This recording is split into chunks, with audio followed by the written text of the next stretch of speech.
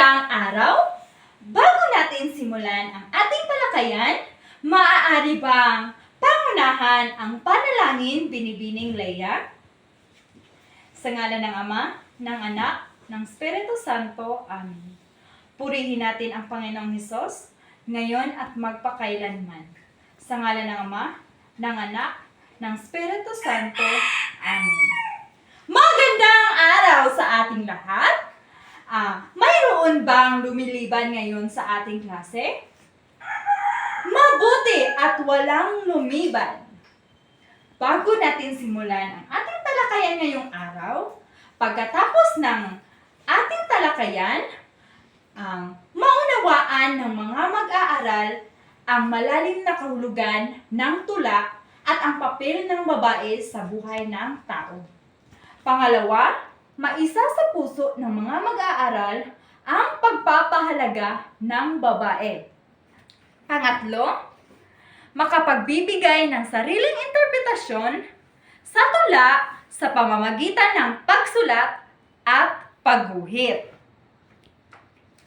Kaya ngayon, may inihanda akong larawan na siyang magsisilbing gabay nyo kung anong paksa ang ating tatalakayin ngayong araw. Narito ang larawan.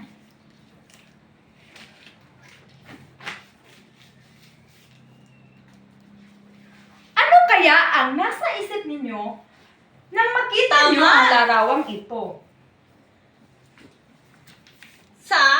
Ito ay salitang ang. Numerong 1. At pagkatapos Ano ay kaya ang ibig ito ay sabihin babae. nito? Ang babae. Ang babae babae. sa umpisa. Salitang Ang babae sa Oh. umpisa, ito ay tula ni Rimaldo A. Duque. tama.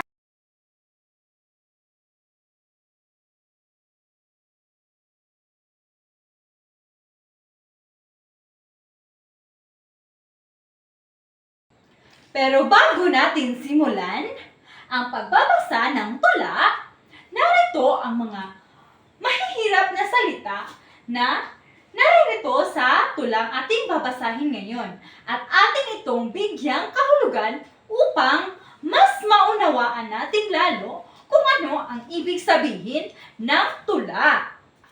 Unang salita ay hamog. Alam niyo ba ang hamog?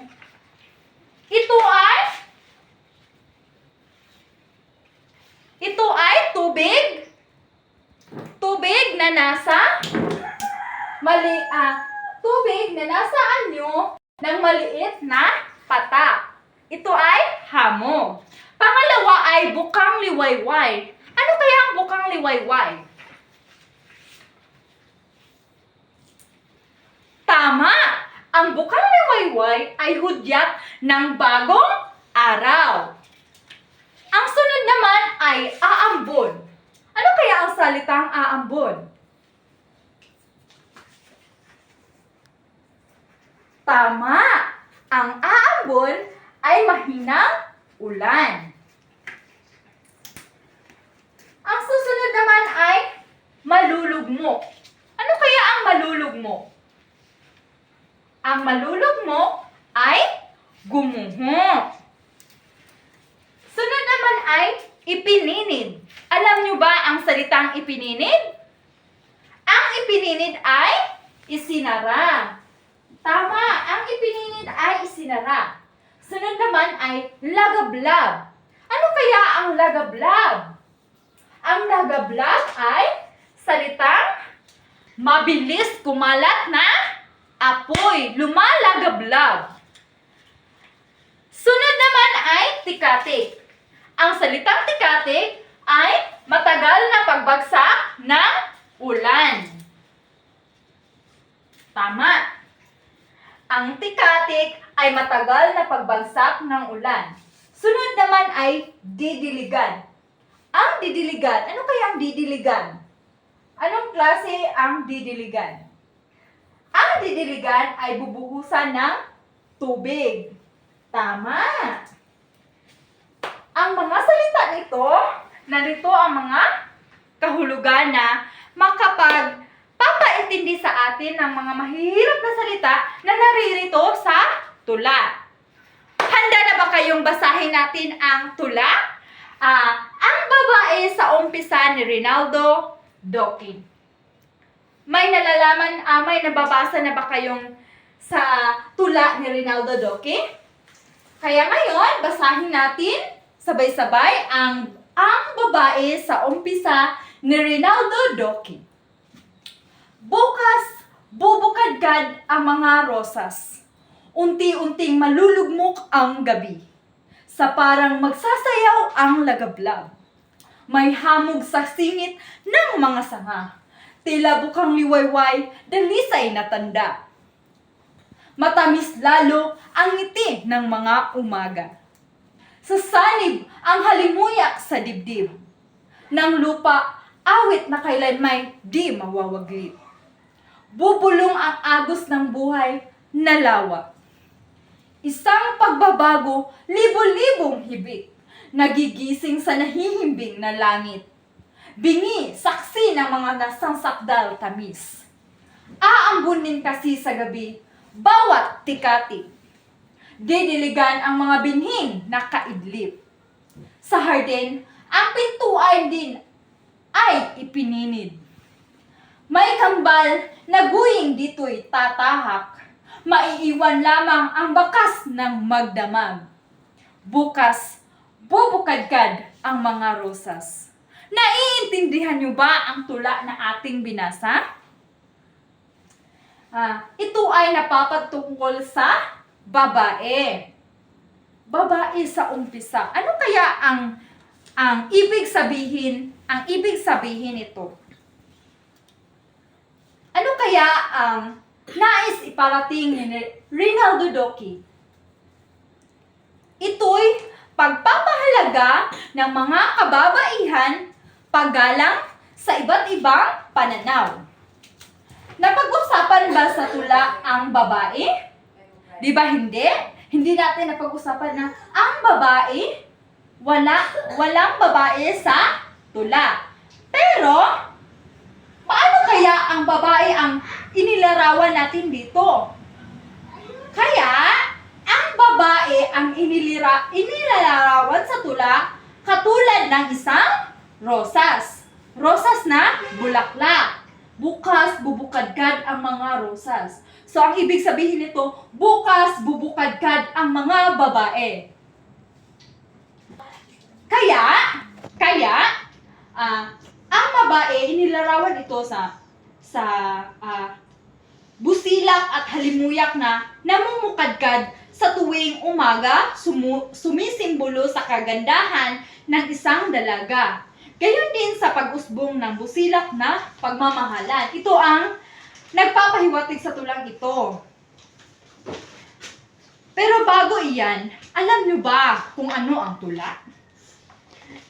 Ang tula, narito ang kahulugan ng tula.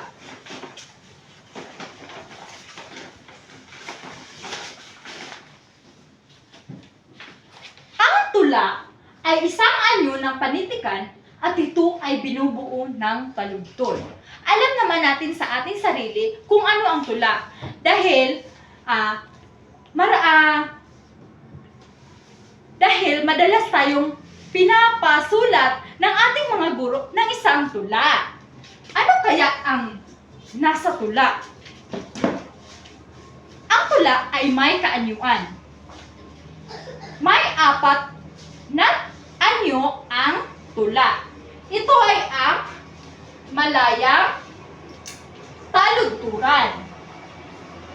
Ano ang malayang taludturan?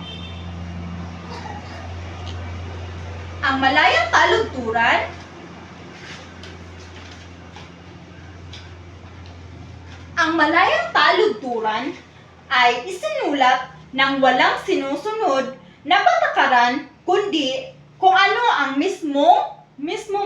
mga nais mong isulat sa tula. Iyan ay ang malayang taludturan. Hindi mo ginagamitan ng anong klaseng tugma, sukat, walang ganyan sa malayang taluturan. Pangalawa ay maiintindihan naman natin, may sukat na walang tugma. Madali natin itong maiintindihan. May sukat na walang tugma. Pangatlo ay tradisyonal na tula. Ang tradisyonal na tula ay isang anyo ng tula na may sukat, tugma, at mga salitang may malalim na kahulugan. Ang pang-apat ay walang sukat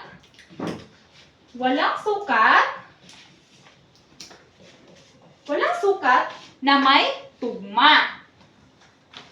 Naiintindihan ba ang anyo ng tula? Una, malayang taluturan, hindi ginagamitan ng mga anong sukat o tugma. May sukat pero walang tugma. Pangatlo, tradisyonal, at pang-apat, walang sukat na may tugma. Mayroon din tayong elemento ng tula. Ano nga ba ang elemento ng tula? Una, narito ang sukat, saknong, tugma, karektan, at talinhaga. Ano kaya ang sukat? Ang sukat ay tumutukoy sa bilang ng patig ng bawat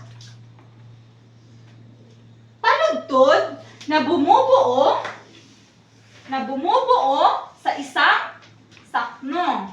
Iyan ay sukat. Tumutukoy, tama. Tumutukoy sa bilang ng patig ng bawat taludtod na bumubuo sa isang saknong. Halimbawa, bahaghari, 4 na pantig. Mamamayan, 4 na pantig. Iyan ang sukat. Saknong. Ano kaya ang saknong? Ang saknong ay tumutukoy sa isang grupo sa loob ng isang tula na may 2 o maraming taludtod. Tama! Ang saknong ay tumutukoy sa isang grupo sa loob ng isang tula na may 2 o maraming taludtod. Sunod naman ay tugma. Ano kaya ang tugma? Ang tugma ay tumutukoy sa magkasintunog na huling pantig na huling salita sa bawat linya. So, halimbawa ng tugma ay kapag humahalakhak, kami nagagalak. Iyan ay halimbawa ng tugma. Sunod naman ay karektan. Ano nga ba ang karektan? Ang karektan ay mga maririkit na salita para mapasaya ang mambabasa at mapukaw ang damdamin at kawilihan.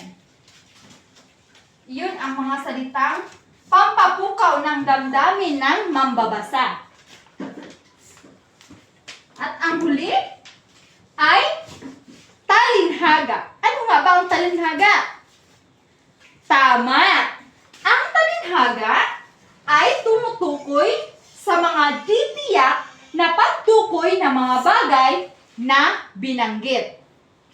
Iyan ang talinhaga. Naiintindihan ba ang mga kaanyuan at elemento ng tula? At naiintindihan nyo ba kung ano ang tula?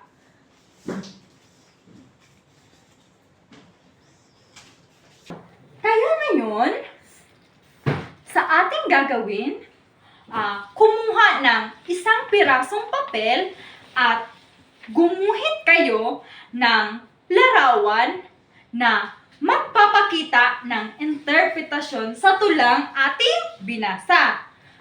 Maaring gumuhit kayo ng isang napakagandang rosas. Ito ay nagpapahiwatig o interpretasyon nito isang napakagandang babae. So, ang iginuhit nyo ay halimbawa, rosas. Rosas, ito ay napakagandang babae.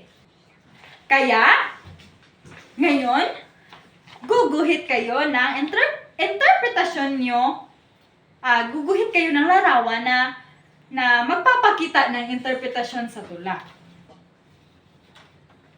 Tapos na ba ang lahat? Ngayon naman, sa ating pasulit, ibigay at isulat ang interpretasyon ng mga taludtod ng tulang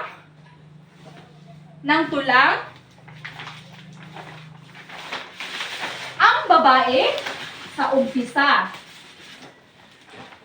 Ibigay nyo ang interpretasyon. Maaring isulat nyo sa isang pirasong papel ang bahagi ng tulang ito. Sige, aking ibibigay ang mga dapat nyong bigyang interpretasyon. Una,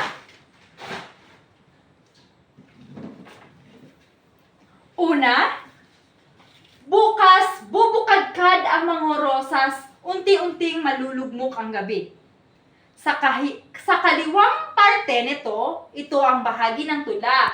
Number 1 is, bukas bubukadkad ang mga rosas, unti-unting malulugmok ang gabi. Sa kanan ito, ibigay nyo ang interpretasyon. Naiintindihan ba? Pangalawa, sasalib ang halimuyak sa dibdib ng lupa, awit na kailanmay di mawawaglit. Nakakasunod ba? Mabuti. Pangatlo, isang pagbabago libo-libong hibik, nagigising sa nahihimbing na langit. Bingi, saksi ng mga nasangsak daw tamis. Ibibigay nyo ang interpretasyon sa kanang parte. Pang-apat, didiligan ang mga binhing nakakaidlip. Sa hardin, ang pintuan din ay ipininig. Pang-lima, ang huling numero. Maiiwan lamang ang bakas ng magdamag. Bukas, bubukadkad ang mga rosas. Iyan ang inyong bigyang interpretasyon sa mga tulang aking ibinigay. Tapos na ba ang aking ibinigay na gawain?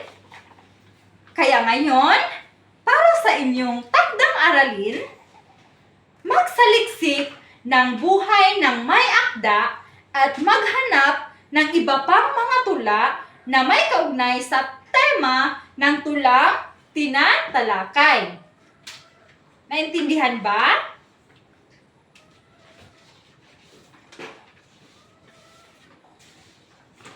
May natutunan ba kayo sa ating talakayan ngayong araw? Mabuti! Mabuti at ikinagagalak na may mga aral kayong napupulot sa ating tinatalakay ngayong araw.